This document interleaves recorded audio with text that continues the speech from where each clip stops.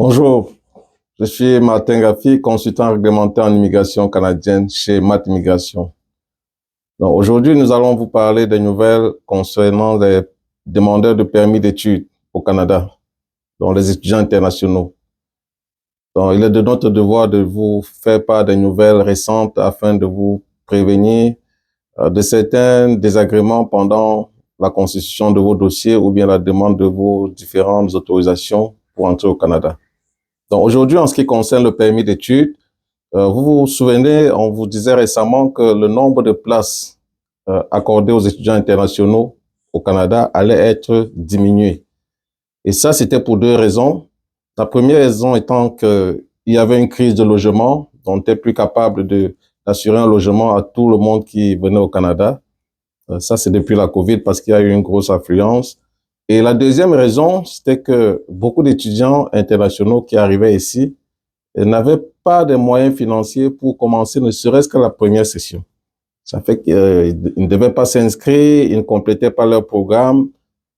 Et la suite, c'est qu'ils ne pouvaient pas renouveler leurs papiers et se trouvaient en difficulté côté immigration. Donc ça aussi, c'était une des motivations de IRCC. Donc, dorénavant, qu'est-ce qui se passe? IRCC a décidé que les étudiants internationaux seront répartis par quota. Donc, chaque province aura son quota d'étudiants internationaux.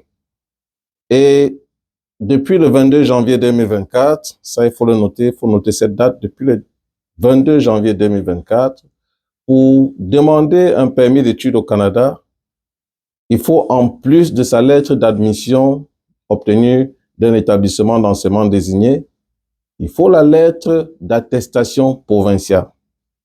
Ça, c'est très important. C'est depuis le 22 janvier.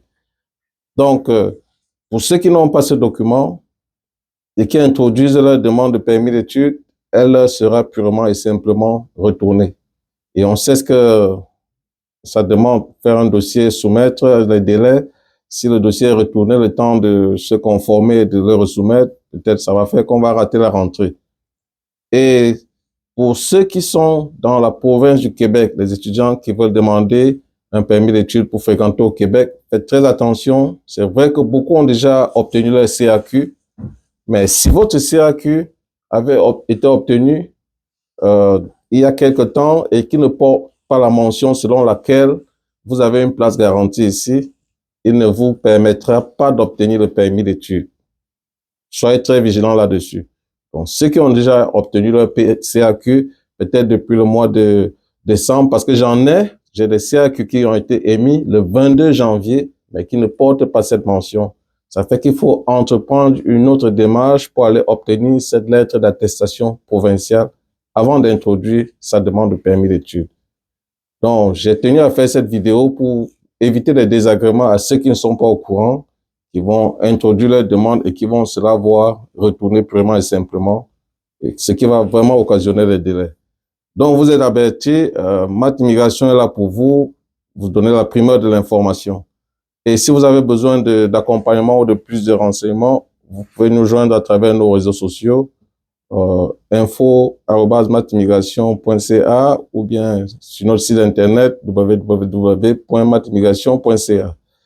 Nous sommes là pour vous et restez connectés pour ne rien manquer.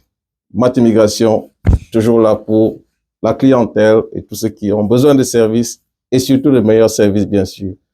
Services offerts dans le sérieux et en fonction de chaque client, en fonction de chaque besoin. Salut, salut.